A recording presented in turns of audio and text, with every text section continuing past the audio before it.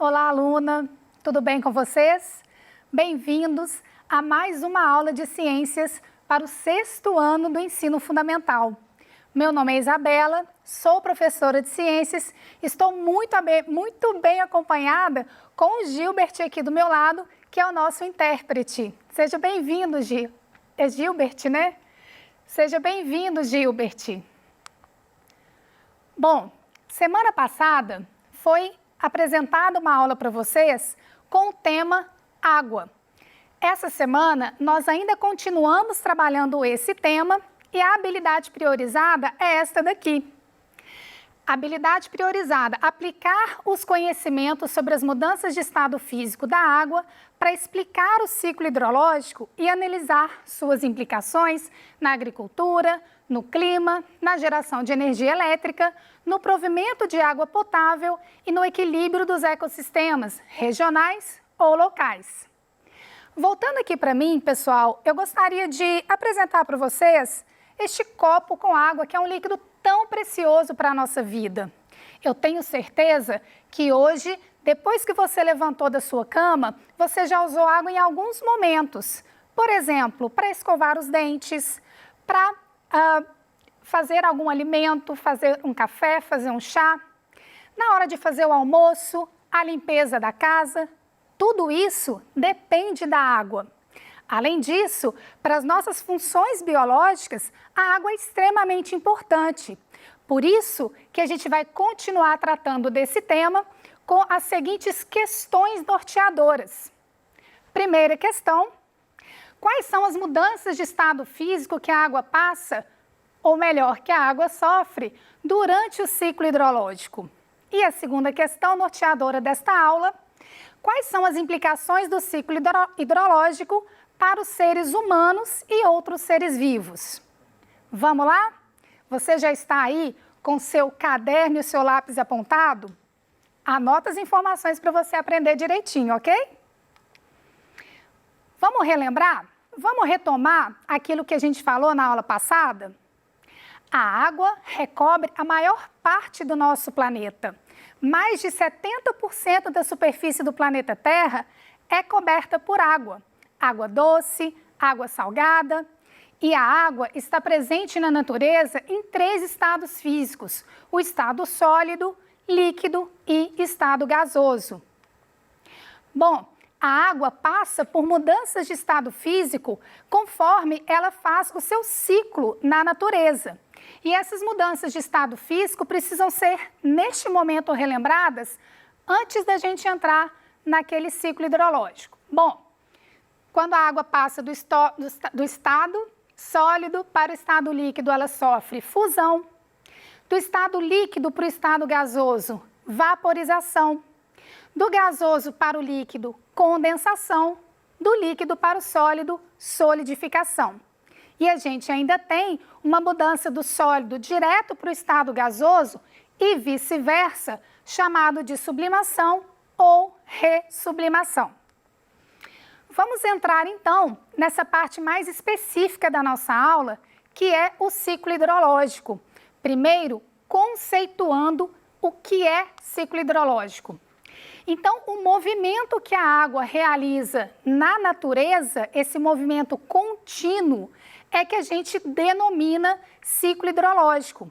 E esse movimento ocorre tanto pelos próprios seres vivos que habitam a superfície do nosso planeta, quanto pelo meio físico, solo, atmosfera, enfim.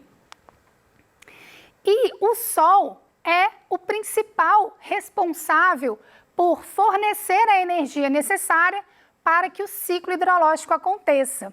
Então, aquela bela estrela no nosso céu que brilha o dia todo é muito importante nesse contexto do ciclo hidrológico. Vou explorar com vocês bastante essa imagem, que vai apresentar justamente os processos pelos quais a água passa durante o ciclo hidrológico. Primeiramente, a gente precisa identificar em quais locais e quais estados físicos que a água apresenta. Então, em rios, lagos, lençóis subterrâneos e também nas nuvens, a água se encontra principalmente no estado líquido. Na atmosfera, aquela parte invisível, aquilo que a gente não enxerga, é a água no estado gasoso, encontra ali a água no estado gasoso. E a gente ainda tem, em algumas partes do nosso planeta, água no estado sólido, nas geleiras, no alto das montanhas, em determinadas regiões do nosso planeta, principalmente nas regiões temperadas. Enfim, a gente também encontra água no estado sólido. Bom, agora, dentro do ciclo hidrológico, a água passa por mudanças de estado físico. Então, vamos começar pela água aqui do lago, representada nesse desenho. Bom, a água do lago pode passar por um processo que é a evaporação, para que ela saia do estado líquido e passe a ser invisível e passe para o estado gasoso ou para o estado de vapor. Eu quero abrir um parênteses aqui para os químicos de plantão. Na aula passada, eu falei que gás e vapor são sinônimos. Dentro do contexto químico, a gente pode considerar como sinônimos quando a gente trata do comportamento da substância. Substâncias no estado de vapor ou no estado gasoso apresentam suas partículas superagitadas, tendem a ocupar o espaço disponível e a distância entre as partículas é bastante grande conforme o espaço disponível para elas ocuparem. Agora, no aspecto conceitual, vapor e gás pode apresentar diferenças. O que é um gás? Um gás é uma substância que está neste estado, no estado gasoso, na temperatura ambiente. Vou dar alguns exemplos. Gás oxigênio, dióxido de carbono, que é o famoso CO2. Então, essas são substâncias essencialmente, conceitualmente gasosas. A água, no seu estado gasoso, a gente pode considerar que ela é um vapor dentro desse aspecto conceitual, porque na temperatura ambiente, ele por volta de 20, 25 graus, ela está no estado líquido, ok? Então, fechei parênteses só para fazer esta deliberação aqui desses conceitos meio que ali da química, tomando um espacinho aí dos professores de química, tá? Bom, então, gente, a água, conforme recebe, né, a energia do sol, é aquecida e evapora, tornando-se um vapor, um gás, tá? E ela invisível, a gente não enxerga, mas a gente sabe que ela está ali. Por quê? Porque quando lá no alto da atmosfera as moléculas perdem energia, elas passam para o estado líquido e elas sofrendo o processo que a gente chama de condensação. Então, a água no estado de vapor condensa, formando as nuvens.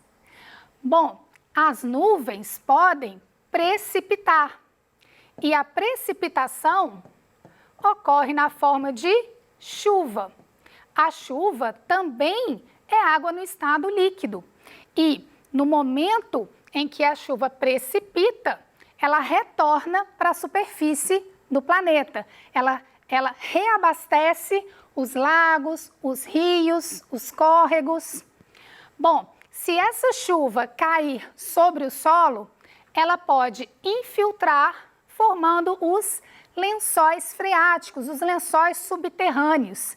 E esses mesmos lençóis subterrâneos podem se comunicar lá na profundeza do solo, na profundeza da terra, com esses rios, esses lagos, tá? Bom, em algumas regiões, quando a temperatura do ambiente é muito mais baixa, pode acontecer da água das nuvens também formar pequenas partículas de gelo, tá? E quando isso acontece, a água fica sólida, portanto, ela passa por um processo que é chamado de solidificação. Esse gelo pode voltar para a superfície, por exemplo, na forma de uma chuva de granizo ou na forma de neve, ok? Bom, vocês conseguem perceber que no meu desenho eu fiz um ciclo? Então, eu saí aqui, parti da água no estado líquido, passei para a água no estado de vapor, voltou para o estado líquido, desceu em direção aos lagos, com a possibilidade também de ir para o estado sólido, enfim, a gente consegue visualizar um ciclo, por isso que a gente chama de ciclo hidrológico. Bom, a água das geleiras ainda podem, pessoal, sofrer fusão, tá? E essa fusão é responsável pela transformação da água sólida das geleiras novamente em água no estado líquido, ok? No próximo slide tem uma animação que vai contar a mesma historinha que eu apresentei aqui para vocês. Vamos observar? O Sol, o grande fornecedor de energia, estimula a evaporação, depois acontece a condensação, a precipitação da água na forma de chuva, a infiltração e, de novo, aqui a água para os lagos e rios e mares. E a animação está correndo novamente, a água evapora, condensa, precipita na forma de chuva ou na forma de neve, infiltra e volta para os rios e para os lagos, ok? Você anotou todos os detalhes do ciclo hidrológico? Anota, se tiver dúvida, manda para a gente e faz essa pergunta lá para o Tira Dúvidas, ok? Bom, dando continuidade aqui à nossa aula, eu gostaria de falar um pouco para você, que está me ouvindo, sobre as implicações do ciclo da água para a nossa sociedade. Eu já falei lá no comecinho que a água é muito importante para as nossas atividades do dia a dia. Então, a gente usa para a limpeza da casa, para cozinhar os alimentos, para a nossa própria higiene. Mas muito além daquele uso no cotidiano, a gente tem algumas implicações desse ciclo para o desenvolvimento da nossa sociedade. E a primeira imagem que está posta aqui para vocês no slide é a imagem de uma hidrelétrica. O que uma hidrelétrica faz? Ela aproveita o movimento da água e de turbinas que são movimentadas por causa do movimento da água para que seja produzida energia que chega até as nossas casas. No Brasil, a maior parte da energia que a gente consome, da energia elétrica, provém justamente de hidrelétricas, porque nós vivemos em um país muito rico em termos hidrológicos. Bom, a água também é super importante para o desenvolvimento da agricultura. As plantações, os cultivos de alimentos que chegam até as nossas mesas dependem da água. E depende da água, inclusive, da chuva, tá? É bem verdade, que existem algumas regiões de agricultura que a água é levada até ali com a ação do próprio homem, por meio da irrigação. Mas alguns lugares não têm esse tipo de tecnologia e dependem do ciclo hidrológico, depende da precipitação das chuvas para que aquele cultivo resulte na formação de alimentos que vai até a nossa casa para nos alimentar. Bom, eu quero falar um pouquinho mais aqui sobre a questão das chuvas. Eu trouxe para vocês uma explicação, tá? Sobre os rios voadores. Eu não sei se vocês já ouviram falar esse termo, rio voador, mas é um termo muito interessante que explica as massas de ar úmido que são transportadas lá no alto da atmosfera. Por isso que a gente chama de rio voador. Os rios voadores são os grandes responsáveis, ou melhor, são um dos grandes responsáveis pelas chuvas no centro-sul do Brasil. E eles são alimentados por meio de dois sistemas que eu gostaria que nós entendêssemos a partir dessa imagem. O primeiro sistema é a evaporação da água do Oceano Atlântico. A água do Oceano Atlântico, por meio, né, da recepção da energia solar, evapora, é carregada na direção leste do nosso país, ok? De oeste para leste, e passa direto pela região nordestina, pela região do sertão. Esta água costuma não precipitar nessa região e ela só vai fazer esse processo de precipitação lá na floresta amazônica. Vejam, eu estou falando de um processo atmosférico que ocorre lá na Amazônia, um pouco longe do nosso estado, mas que a gente depende diretamente. Bom, sobre a floresta, ocorre a precipitação da chuva formada lá no Oceano Atlântico. Essa chuva irriga a floresta e aquela água que vai para o solo é novamente jogada para a atmosfera por meio da transpiração das árvores. E essa transpiração é a segunda maneira pela qual essas nuvens são abastecidas. Abastecidas, essas nuvens são carregadas na direção centro-sul do nosso país. Agora, vale aqui uma observação. Você deve estar se perguntando, por que a nuvem não continua andando ou sendo deslocada em direção ao Pacífico? O Oceano Pacífico está aqui, né, pessoal? Do lado de cá. E ela simplesmente não atravessa até o Oceano Pacífico porque existe aqui a Cordilheira dos Andes, que é uma cadeia montanhosa bastante alta que bloqueia essas massas de ar úmido. Fazendo esse bloqueio, as massas, então, tendem a descer para a região centro-sul do nosso país, ok? Infelizmente, nós estamos vivenciando um momento de grandes impactos ambientais relacionados à devastação, ao desmatamento da floresta amazônica. E isso impacta diretamente no regime de chuvas no nosso país. Se vocês puxarem pela memória, nos últimos anos, a gente ouve falar que cada vez menos as chuvas precipitam na nossa região. A gente tem passado por alguns períodos longos de seca. E isso é resultado justamente de um processo de degradação da floresta que resulta numa diminuição dessas nuvens de chuva que são geradas lá em cima, tá? Existem, tá, pessoal, várias reportagens que falam sobre isso. Eu coloquei aqui um exemplo de uma reportagem. Se você quiser, pode apontar a câmera do celular aqui para esse QR Code para poder se informar um pouco mais.